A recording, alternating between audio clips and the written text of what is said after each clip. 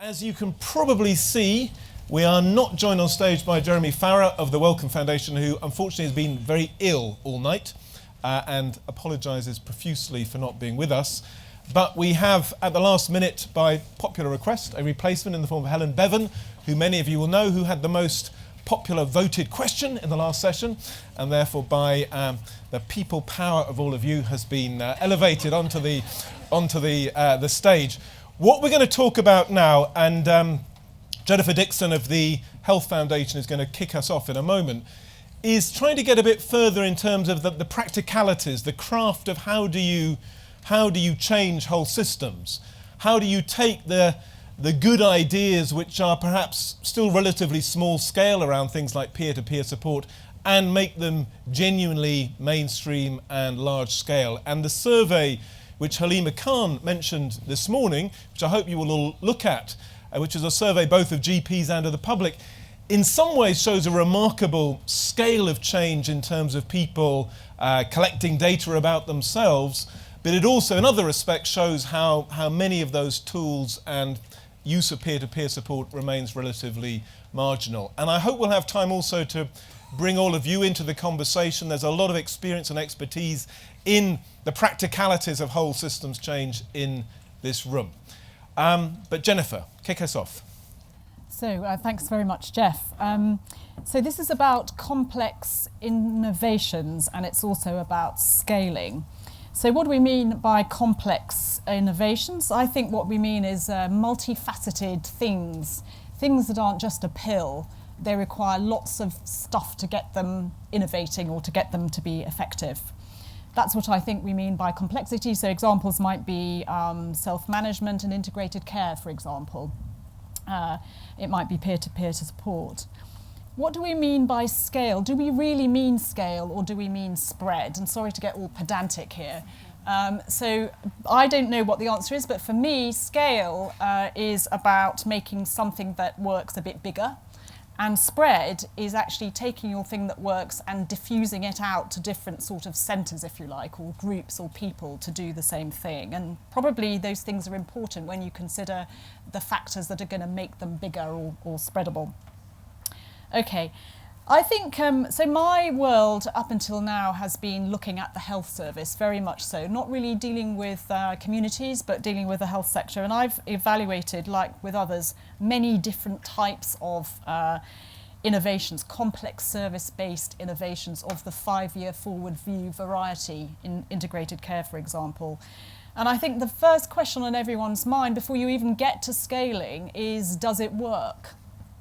And that very simple question is incredibly complicated because, unlike a pill, the intervention itself changes over time, it adapts, and the context changes over time in which this innovation is happening. And not only those two things are moving, but also the interaction between, sorry, this isn't meant to be too esoteric here, but the interaction between the intervention and the context is also changing, and it changes the intervention itself.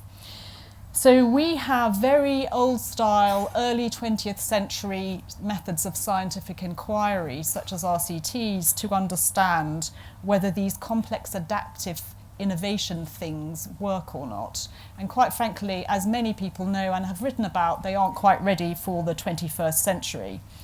But we still have an issue because a lot of people who are busy, particularly in the official health system, the staff, for example, that are tasked with scaling or spreading, many of them are deeply conservative and really like to hang on to experimental methods of evaluation. So to be convinced that something works, they would really have to be convinced by an RCT, which we don't think, or many people don't think, is relevant to understand the impact of complex interventions. So already you've got a problem actually finding out whether it works or not before deciding whether or not it scales or not.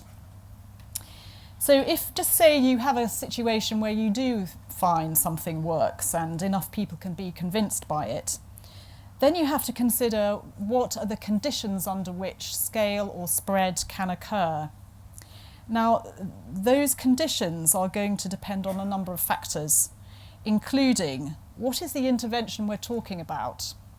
So already today there have been a variety of types of interventions. You have a digital app, or you can have a people-powered peer group support, or you can have a community-based intervention of some sort. Some things are simple and mechanical, and some things are complex and behavioural. So you've got a real heterogeneity of things that you might want to scale or spread. Then you have multiple contexts, which we know some of the ingredients of helpful contexts. Some things, for example, in a health service situation, that you need a good culture within the institution, you need people who are on side, you need space, you need time, you need risk-taking, you may need informatics, you may need a whole range of supporting mechanisms, depending on what it is you want to spread. So I think, and you need demand for the thing which you want to spread. And I think so many of people, even in the break here, I was talking to, who have various innovations that they want to spread. But one of the common things is, well, no CCG is interested in my thing. It's been a hard battle even persuading someone to buy it. So there has to be a demand, and that requires thinking about, it requires mobilization, it requires a whole set of skills. So already you can see that there's a great deal of complexity here, and us talking about scaling and innovation is almost talking about simplicity, when actually it's a very multiple and complex set of issues. Having said that, you might sort of throw up your hands and say this is all far too complicated, but actually I think there are ways forward, and I think one way forward is to really examine what are the types of innovations that we know have spread. So for example, my foundation funds a whole range of innovations, and we also try to spread them. There are some things that we funded and they've spread by themselves, and we don't truly understand what those are. So typical things like that might be quite simple. Training, a training course, for example, spread. We funded something called Prompt, which is a training course, multidisciplinary training course for people in maternity units with patients, and as a result perinatal morbidity and mortality has plummeted. That has spread not just throughout the UK but also to Australasia and also to China and the US without us doing very much about it. And there are other things like that which seem simple which haven't spread. So I think we need to. We understand a lot more that conditions and context matter. We understand some of the factors that make those conditions more forgivable for spread. But what we really need to do is much more careful thinking about what kinds of animals we're talking about here, and can we be much more systematic in learning far more about the conditions for scale than we have to date. So final point is, okay, you might say, oh, this is far too complicated. We're going to have 10 years of research. Meantime, we've got a burning house. How are we going to step forward? I think there are two things to consider here. The first thing is there is the NHS issue that I think many of us are preoccupied with, the need to make £22 billion worth plus of savings by 2021. And I think there needs to be a particular set of ways forward, which is to basically try to push big bets, where evidence matters because change needs to take place in a short space of time. There's only a limited amount of time and money, therefore let's try to do our best on a limited set. But then there's the bigger issue, which is what I think people here are more interested in, which is what is the main flow of development of innovation? And in the long run, and how to encourage that in all its multi-faceted forms, and to not hold that up, not because we have the evidence to say it's the right thing to do, but because it is the right thing to do to empower people to create value. So in a sense, what I'm trying to say is that there are two highways here. One highway which is plural, and to say we want to move forward on the right things to do, it is right to empower people, development as freedom, and so on and so forth, where there may not be evidence because what we're trying to do is too complicated. But in the short term, we are interested in trying to make some, at least as far as the NHS is concerned, some short-run changes that will make some productivity changes, efficiency changes in health quite quickly, for which there is evidence, and we need to make some bigger bets. But do not apply the kind of bar for evidence on the latter to the former, because the former is more important and more plural and more uncertain. Thanks, Jennifer. That's a very comprehensive overview of this complex issue. Before turning to Helen, I'd just ask for a show of hands. If you were walking out on the street there and a member of the public came up to you and said, have you worked on scaling or spreading complex innovations in health? And I should admit this probably won't happen. How many of you would say yes? So most of you sort of have lived this, the practicalities of doing the things Jennifer was talking about. Helen, turning to you, we heard in the first session a few sort of examples of this sort of complex interrelated innovation. HIV was one example, partly pushed from outside the system, which then changed. And Simon Stevens gave an account of what could be being done on obesity, childhood obesity, which was a number of very different things, from regulation of manufacturers to schools. Which sounded rather neat and quite simple, of scaling a complex innovation in health. What's the reality? What's easy and what's hard in this? Yeah, thanks, Geoff, and thanks for giving me the stage. So, I'm somebody who's worked inside the NHS in large-scale change, actually for a very long time. So, my very first large-scale change project was the National Booked Admissions Programme in 1998. And you know what was interesting about that? There were 21 localities across England that were trying to change the way that patient appointments were booked, and it was evaluated over time. And what was found was that a third of the localities, absolutely failed. Okay, that they were not able to sustain the gains. Another third. What happened was that they were able, over a period of time, to keep the change going, to sustain it. And then another third, actually, the change, whether you want to use the language of scale or spread, were actually kind of went forward and it went to more places. And the research report of that was published in 2002, which was Chris Ham and colleagues. And what kind of strikes me is, having been involved in so many big change initiatives, attempts to spread and scale change since, actually, much of the learning was in that early study, and what it basically said is, what it comes down to is the local context. The extent that actually, when it comes to, we use words like scaling or replicability, that kind of language, which is often very mechanistic. Like we're talking here about people-powered health, and I actually think that, we actually need to take some kind of social movement thinking here, because when it comes to kind of creating the conditions where change is going to happen, it's about giving people the space and the innovation. And another thing I'd say in terms of social movement thinking that we talked about today, one of the biggest lessons I think that we can take from social movement thinking is the concept of framing. How do we frame our message, our proposition, the thing that we're trying to spread or scale, in a way that people will connect with it emotionally? Because I think the kind of change that we do, where we push things down on people,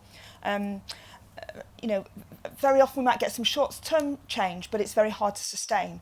And I think it's only when we get the proposition across in a way that really connects with what matters to people and values, that it really works. And it's interesting, because I advise informally quite a lot of people that are innovators in health, and we say, oh, I've got this really great idea and we've got really good results, but I can't get the CCG to take it up.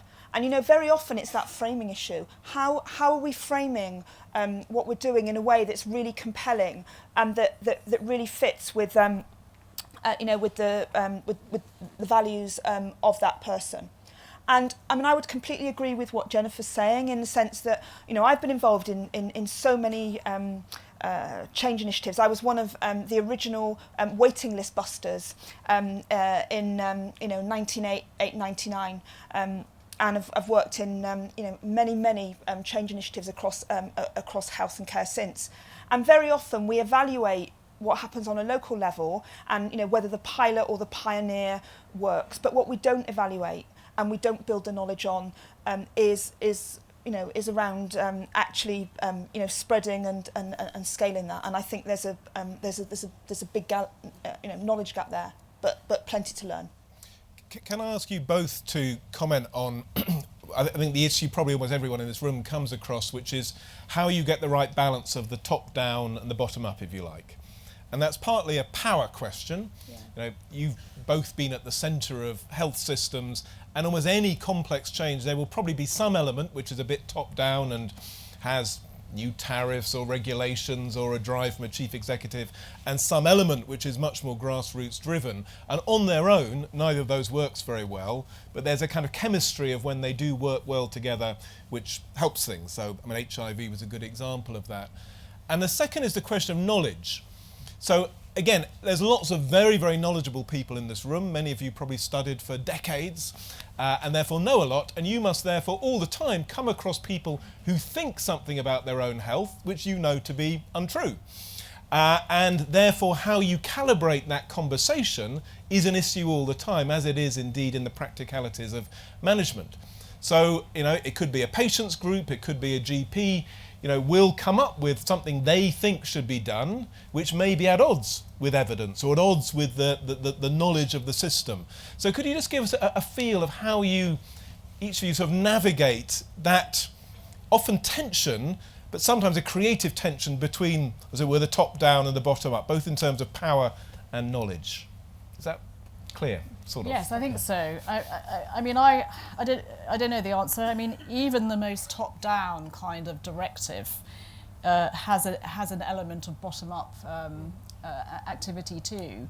I mean, you mentioned the waiting list. I mean, if we'd have left it to organic development across the National Health Service to reduce waiting times, would that have happened?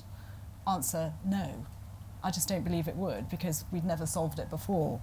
But there was a very, very strong nudge, obviously a target and so on.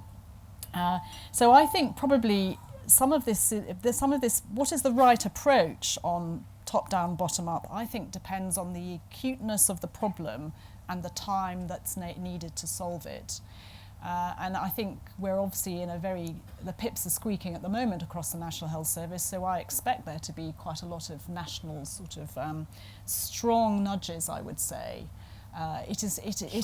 Strong shoves. I mean, even with the waiting list, if that is a really good example, isn't it? Because that was a very effective nudge. But it wasn't as if number 10 was telling the frontline services what to do to reduce the waiting lists. I mean, they had to work it out for themselves, but then the strong nudge. So I think we will see a time in the next 5 years of these very strong nudges, but nevertheless, there will have to be some bottom-up response. But probably on more simple things like waiting, as opposed to complex things like childhood obesity. So I'd say that my experience in general is that change comes from the edge or the fringe, and it starts with the activists in general. So, and I think that, of course, I mean, I agree with Jennifer, we have to get the balance right between top down and bottom up. But, like when I look across the health and care systems that I work with, where is the most effective, sustainable, scalable change happening? It's where senior leaders get that. And it's where senior leaders actually create the context where change can flourish and where failure can happen. And another word that I think is really, really important today in the context of people power health that I think is really relevant here is the whole theme of diversity. And I think diversity in all its forms, so diversity of thought, diversity of experience, because we know that when you bring diverse groups of people together, they consistently make better decisions than small groups of experts. So I think part of this top-down, bottom-up thing is about enabling that real diversity of thinking and engagement to happen. And it's really interesting because even when you use that example, Jennifer, that you just used about waiting lists, okay, one of the best examples I saw of something spreading was something that started in Kettering General Hospital. And in Kettering General Hospital, okay, which is, it's a good hospital, but hardly the kind of like the epicenter of, creative thinking of the world, okay. This clinical team in Kettering General Hospital found or devised this scheme called See and Treat, which basically meant if you were a patient that came into the emergency department, you were seen by the most expert person first. And the team started this, and it was kind of framed in a certain way. It spread peer to peer. Within 18 months, this initiative, this innovation, had spread to about 80% of all the emergency departments in England. And you couldn't have made that happen top down. So in a sense, what you could do top down is to say, these are the priorities. These are the things that we need to make happen. Here are some resources. We're going to support you to do things.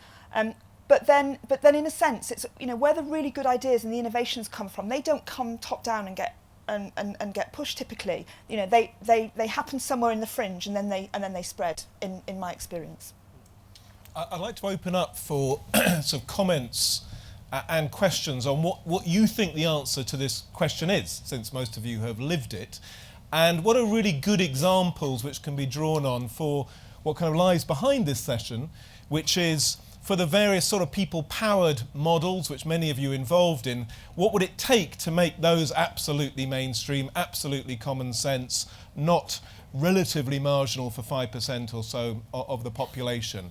And what are the insights from your experience which could be applied to these pretty varied set of issues, as Jennifer said right at the beginning?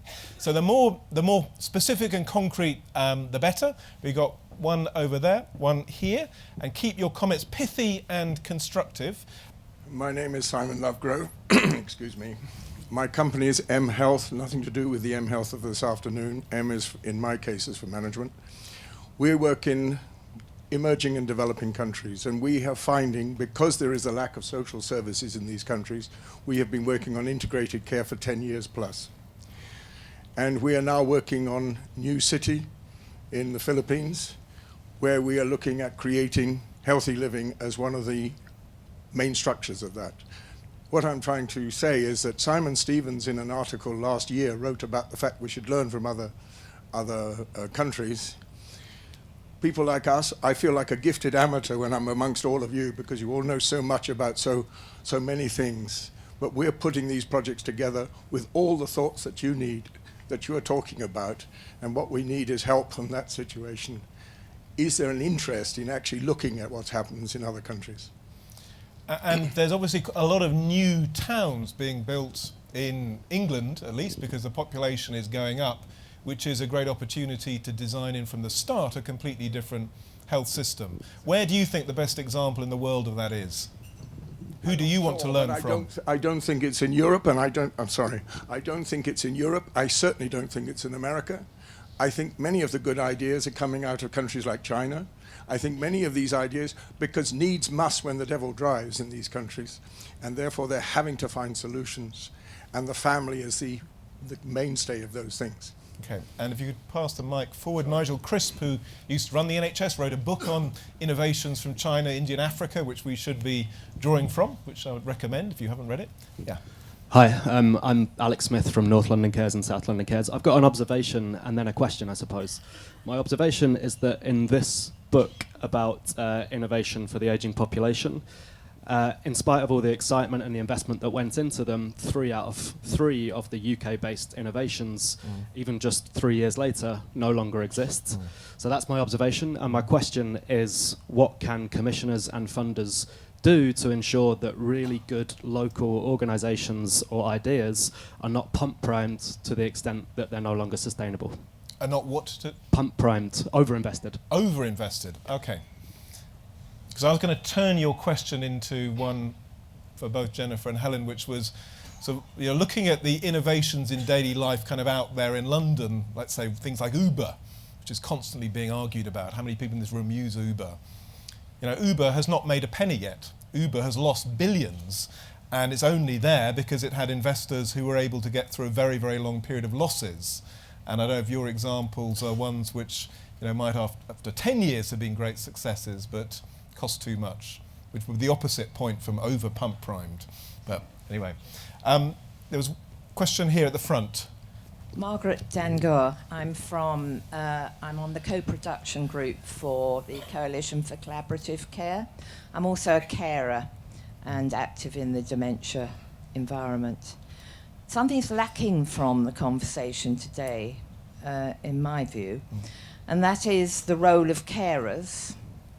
And just to throw into thoughts, carers now save the National Health Service, the statutory services, £132 billion per year.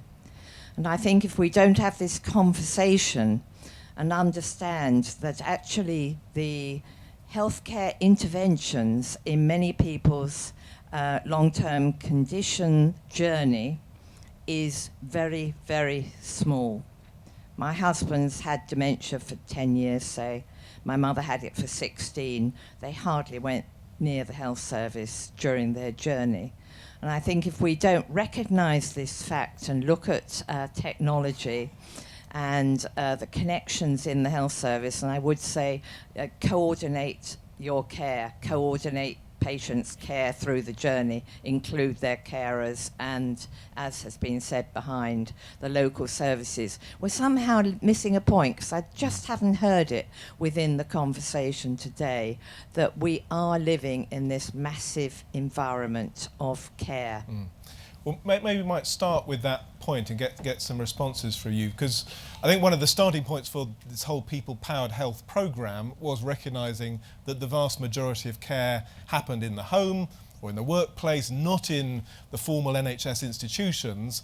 And actually, if you really take that seriously, it leads you to very different kind of solutions. But we tend, I think, to pay lip service to that and then just revert to what happens in hospitals and primary care. So perhaps you kick off, Jennifer, with that one, and perhaps also the scaling issue, the scaling and spreading challenges. Thank you. You know when George Osborne stands up on budget day and he's got his red box, and he has a kind of, underneath that red box, or in the red box, must be an Excel spreadsheet to say this is the budget and this is the fiscal consolidation I've got. This is my capital spreadsheet, if you like, for the country in the next 3 years. What he doesn't do, and IFS obviously do the green budget, what he doesn't do is hold up this other spreadsheet to say this is the social capital spreadsheet and this is the impact on the social capital of the country, or equivalent, to my policies. And those policies impact on carers, impact on communities, impact on the social fabric. We are a long, long way having an IFS for that social capital to say what that would look like in 5 years' time. Yes, you save this money here, Chancellor, because you want to have fiscal consolidation over this period of time. But actually, in 20 years' time, the country will be facing that. Whether it's because of a lack of carers, it's because of threadbare communities and so on. So I would say that is needed. We haven't even really had a stab at it in order to justify and help support carers and communities and so on. And why we don't have that is because of going back to the original issue that I raised, which is about the nature of evidence here. And the evidence to build that social capital spreadsheet that is compelling enough for those who hold up the capital spreadsheet is very difficult to construct. And so where I am on this is that, we've got to start to point out some of the things that you've been pointing out. But actually, we can't get away from the moral issue that we have to decide as a society what is the right thing to do, regardless of the evidence.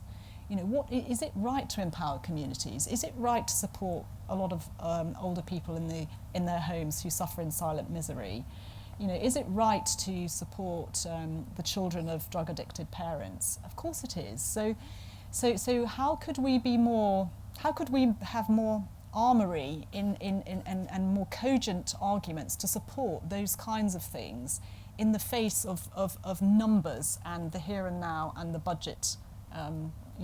Trajectory is a long-winded answer, but that's what I think it's as big as that, to be honest. But just on that, there's been a revolution in measurement of environmental indicators, carbon emissions, waste, etc., natural capital. Yes. Why should it be so hard to measure quality of relationships, isolation, social capital? Why are we not doing better? Well, I think those things probably can be measured and should be measured. It's about bringing them together and saying, actually, this is society. This is the impact on the society in the future of this kind of budget, but this is the impact on health and the economy of that as well. And I just think we've got to, in a sense, join up here. We've got to develop more compelling arguments. We've got to collaborate more together to produce such a compelling set of arguments which translate into political capital for them to take notice of, which we haven't done yet, and I don't know why, but we should. Okay, I'm going to throw at Helen the top-rated question of the moment on Slido from Alex Fox. If all these change programs don't work, and you might challenge the premise of the question, are the wrong people leading them? Yeah. I think that, honestly, when I think about most change programs in the health space, I think they don't work. You know, I think that actually most change programs don't deliver the full range of objectives that we're seeking, and I think there's lots of reasons for that. And I think it's not necessarily because the wrong people are leading them, and I think it comes back to what we said about top down and bottom up, because, you know, at the end of the day, the professionals and managers are accountable for delivering the performance and enabling the change happen. I think so much of this is the mindset of how we go about change, and therefore the kinds of methods that we use. And I think the world's changing. I think, you know, even the fact that we're talking here about people-powered health, you know, we wouldn't have been doing that even 4 or 5 years ago. And I think it's an indication. But I think we're moving from a world where, you know, we talk about change management, and again, going back to what you were saying, Jennifer, about, you know, complex systems, you know, as though changing those complex systems is something that we can manage, and we kind of push it down on people, and people at the front line of care, and people that benefit, you know, it feels like it's imposed, it feels like it's done to. And I think we're moving into a world now which is much more about platforms where people can come together, and we can get, you know, when we talk about carers, about people throughout the system can contribute, and actually in that kind of context, I think we, the professionals and managers, our job is to set the context and get out of the way. Okay, I'm going to take a few very quick final questions and give you each a chance to respond at the end, starting with this gentleman here at the front. And I'd like you asked both in your final comments to give an example of complex innovation, where how it's been done you think has really useful messages for other fields. Yeah. Yes, hello. My name's Martin Percy. I made a interactive training piece called Lifesaver, which teaches people how to do CPR. It's more a question for Dr. Dixon. Could you talk a bit about this prompt scheme that worked so well, and why you think that was successful and what lessons that gives us? Thank you. Okay, next question there, second row. Hello, my name is Chris Ward. I'm the founder of a company called Abundance, an innovation company looking at change innovation. There are lots of great examples in the private sector of people building communities that have been very successful, therefore ideas have spread and things have actually happened. And I think certainly in our experience of helping building those communities is because the more work is done in helping to find and lock into the higher ideal. You can't build a community around a thing or a need. That you build a community because you have a sense of shared higher ideal. Have you got examples in the health sector of a higher ideal where those communities have been built around and have been successful? Thanks. And a final question right at the very back. Katie Coleman, GP, Islington CCG. In Islington, we've built some fantastic sort of networks of health and care professionals supporting people to deliver person-centred care. It's taken us a lot of time, and we've done it in a very distributed leadership approach where we've built up from our local people sort of working together. How do we align that desire to sort of develop distributed leadership with the top-down expectation for us to move at pace? I think that, you know, we live in a world that's complex. You know, we live in a world where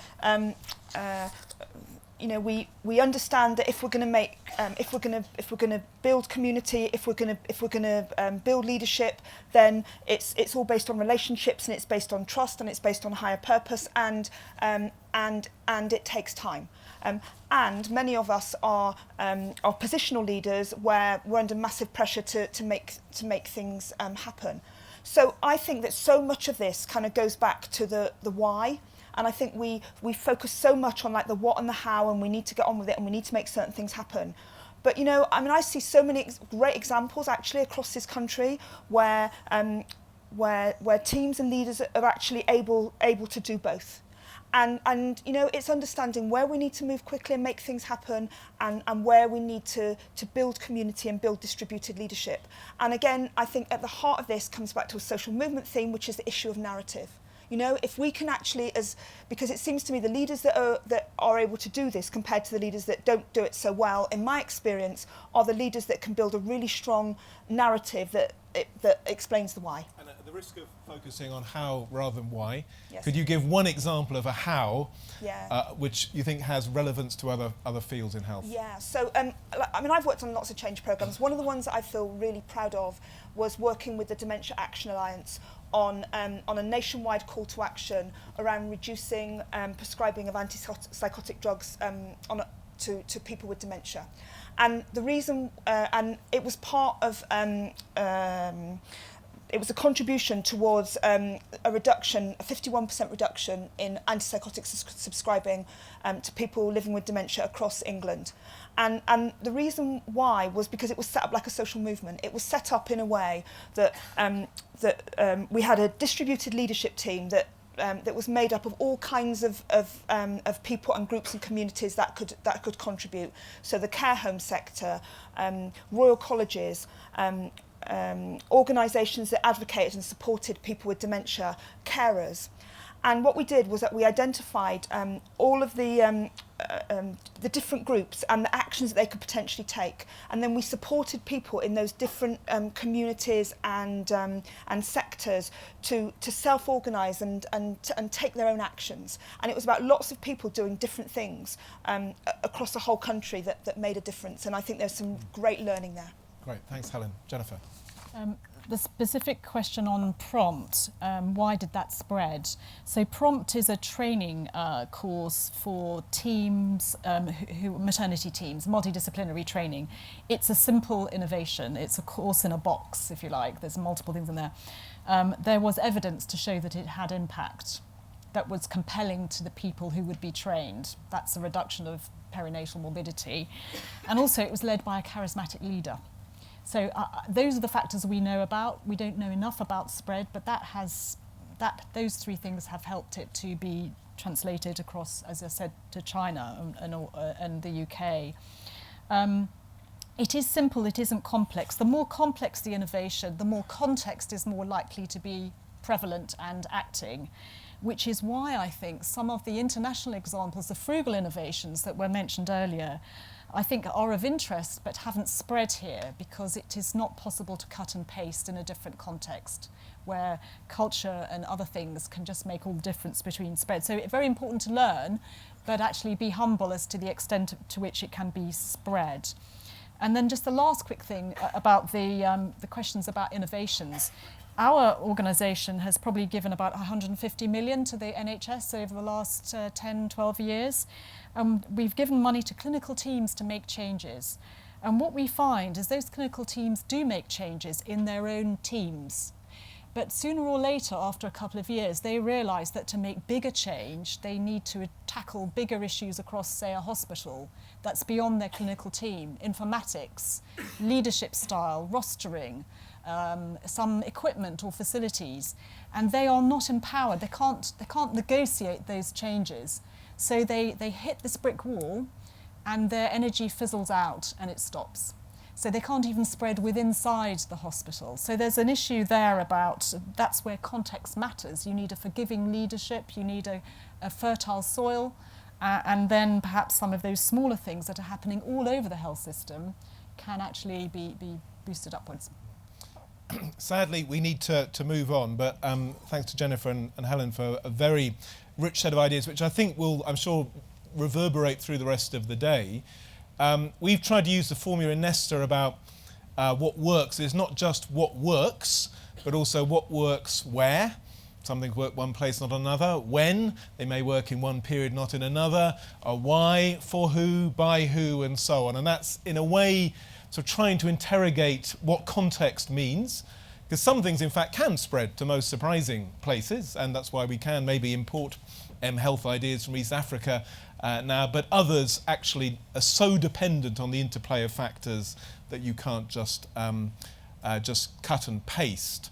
And what Jennifer said at the beginning about the importance almost of typologies of thinking about different kinds of complexity, some of which involve very deeply embedded knowledge and evidence, others don't. Some very deeply involve professional power, others not. There's almost no point about talking about them all as if they were the same thing. They are very different kinds of things, and that's what we will be exploring more as the day goes on. But will you join me in thanking our two speakers?